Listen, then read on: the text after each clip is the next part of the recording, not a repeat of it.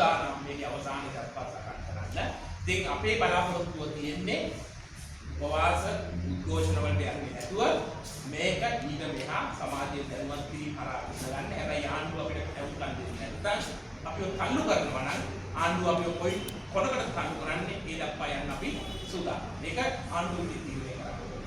මේක කොහෙද අපිව තල්ලු කරන්නේ කියන එක සමේ උපාදානයට කොහෙද තල්ලු කරන්නේ කියන එක හැබැයි අපි විශ්වාස කරමු ඊට මෙහා මේ මොහොතේ අපේ ප්‍රධාන වශයෙන් සම්මානකරණ සහ රට දැනුවත් කිරීම කරනවා. ඒ වගේම ලංකා පුරාම උපාධාරණ කළා ඒ අප දැනුවත් කරන නිසා සමාජය දැනුවත් කරනවා. ඇයි මේ උපාධාරියන් වැඩක් ගන්න ඕනේ කියන එක ලංකාවේ මතයක් හදලා දෙනවා මේ උපාධාරීන් මේ රට අවශ්‍ය කියන වගේ මනෝභාවයක් මේ රටේ නිර්මාණය කරලා. ඒ කියන්නේ මේක රජයෙන් නිකන් ගන්නවා දැන් මේක ඔක්කොම හැමෙන්නම් බලන් ඉන්නවා වගේ මේ මනෝභාවය. මේ මනෝභාවය හදන්නේ අසමත් පාලකයා. අසමත් පාලකයා විසින් මේ බුද්ධිමය බලකායක් මේ රටේ ඉන්නවා රැකියාව විදිහටම එයාගේ ප්‍රයෝජනයක් ගන්න නැතුව මේ සමාජ මාධ්‍යයන් තුනේ ඒවා නිර්මාණය කරලා අපේ පළවෙනි අදිරේ වෙන්නේ මම හිතන්නේ මේ උපාධාරණ වලට මෙන්න මේ දුර්මත ටික අයින් කරනවා.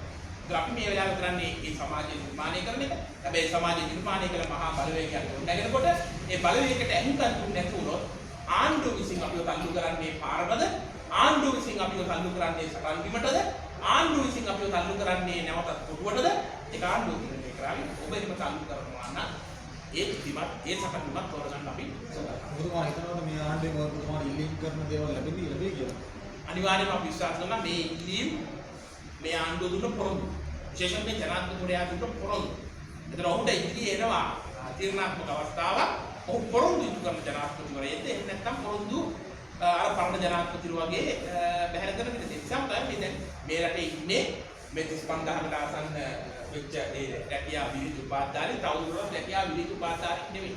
මේ ජනාධිපතිවරයා දුන්න උතුම් මහ ප්‍රශ්නේ දුන්න පොරොන්දු නම් ඔවුන් රැකියා අපේක්ෂිත උපාධාරී. එයි මේ රටේ ජනාධිපතිවරයා දින පොරොන්දුවක්.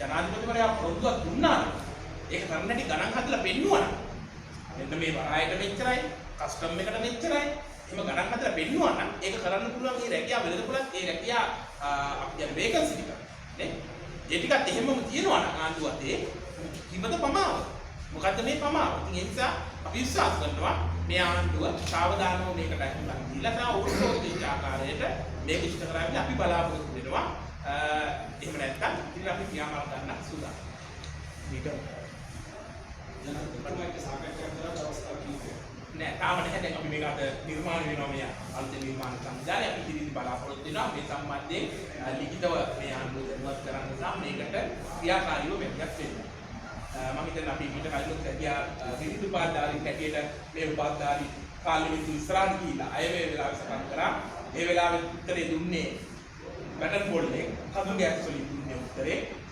ඉතින් අපි ආරාධනා කරනවා මේ ජනාධිපතිවරයාට මේ කඳු ගෑස් වලින් බැටන් බෝල්ලේ උත්තර දුන්නේ යුගය අවසන් කරා මේ රටේ මිනිස්සු. ඒක අවසන් කරපු නිසා තමයි ඔබතුමාට බලයක් දීලා තියෙන්නේ.